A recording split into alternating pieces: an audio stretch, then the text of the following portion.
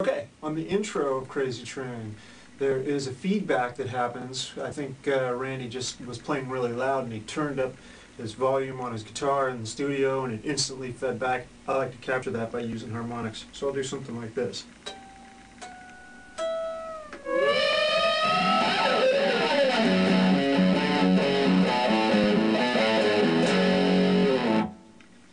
So how I do that effect is I like to play the 5th fret, 3rd string harmonic, get that ringing, 2nd string, 7th fret, 1st string, 12th fret.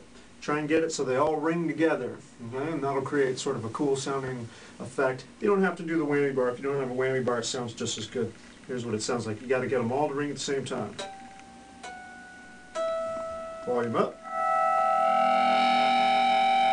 Instant feedback, add low volume.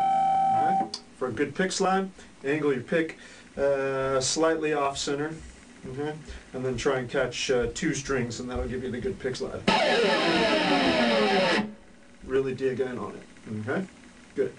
Here's the intro riff. Okay, 4 fingers per fret. You want to be in the 2nd position. Here it is, really slow.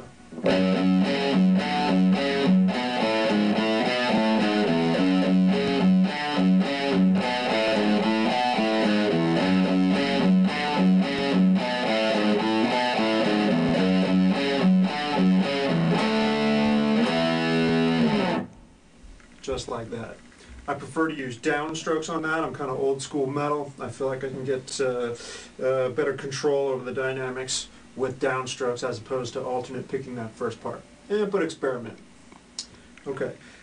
For the verse section, here's what's going to happen is we're going to play a series of triads. We're going to play an A root position triad, okay, and it's going to be in the 5th position.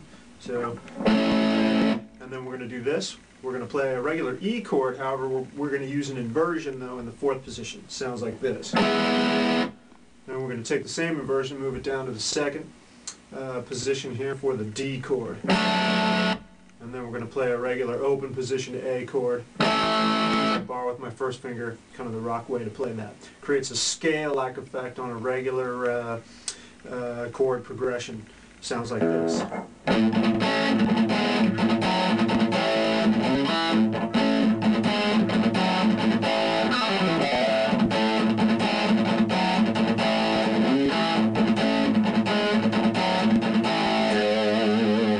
Like that. So you're going to palm mute the A string and you're going to create sort of a pedal effect against these chords. Okay? And it sounds really neat. There's also a rapid hammer-on, or I'm sorry, pull-off effect that happens right before the singing actually starts. And all that is 3rd string. You're going to play sort of a triplet pull-off, 3rd finger, 1st finger, open, 4th fret, 2nd fret, open. Sounds like this if you did 1 string. Okay? And then you do the same thing on 3 consecutive strings. Sounds like that. So for practicing that, what I would do is I might do 1 string and rev. Try and make it faster and faster.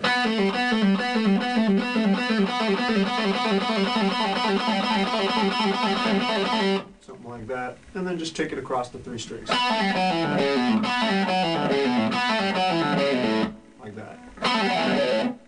Okay, good.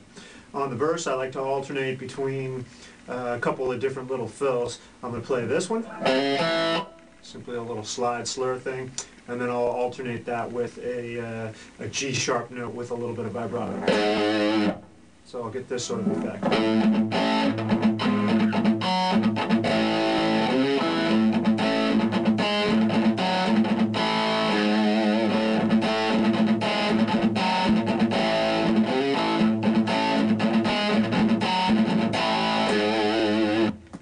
Makes it easy to keep track of how many times you've played through if you alternate back between those.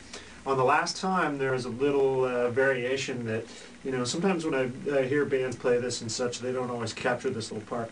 I always like to try and get as many of the little details as possible, what have you. So here's the last time through the verse that takes us into the pre-chorus.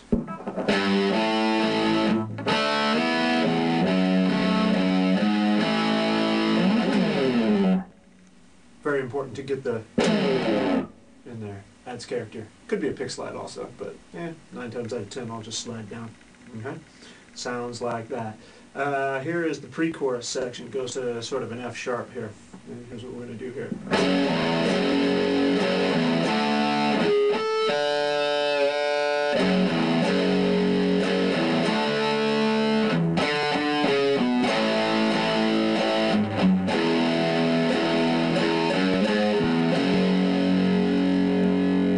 Sounds like that. Okay. I like to do these harmonics. I'll play a 4th fret, 6th string, and then 5th fret, both on the 5th, and then 4th fret. Whammy bar, and whammy it down. If you don't, he actually, since he was playing a Les Paul on that thing, he's going to do sort of a neck dive, but I don't know if this guitar will do it. I'll try it right now. Neck is too stiff for that, but you can do that. Okay, little turnaround is kind of a little scale-like thing, leading down to the A. Okay, that's your little pre-chorus section. In there, there's also a lick fill, and there's 3 different ones that happens 3 times in the tune, and each time there are different phrases. So the first one is based on sort of a F sharp minor, Aeolian / blues scale that he plays. So realistically on these fills I try and capture the essence. I don't know if I have them note for note, but here's what I like to do. I'll play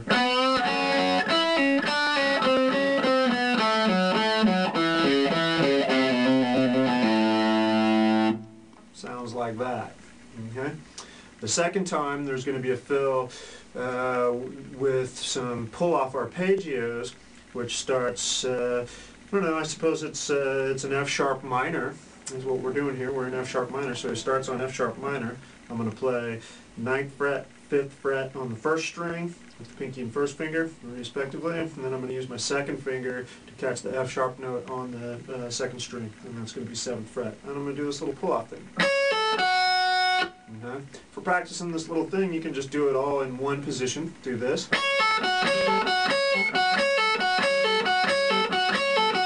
Sounds like that. What he does is he just takes it up chromatically.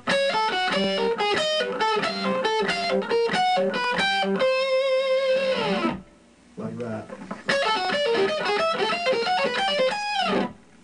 And realistically, it doesn't really matter where it ends. You've got 8 beats worth. So by the time the 8 beats go by, you want to be back into the next section. Okay.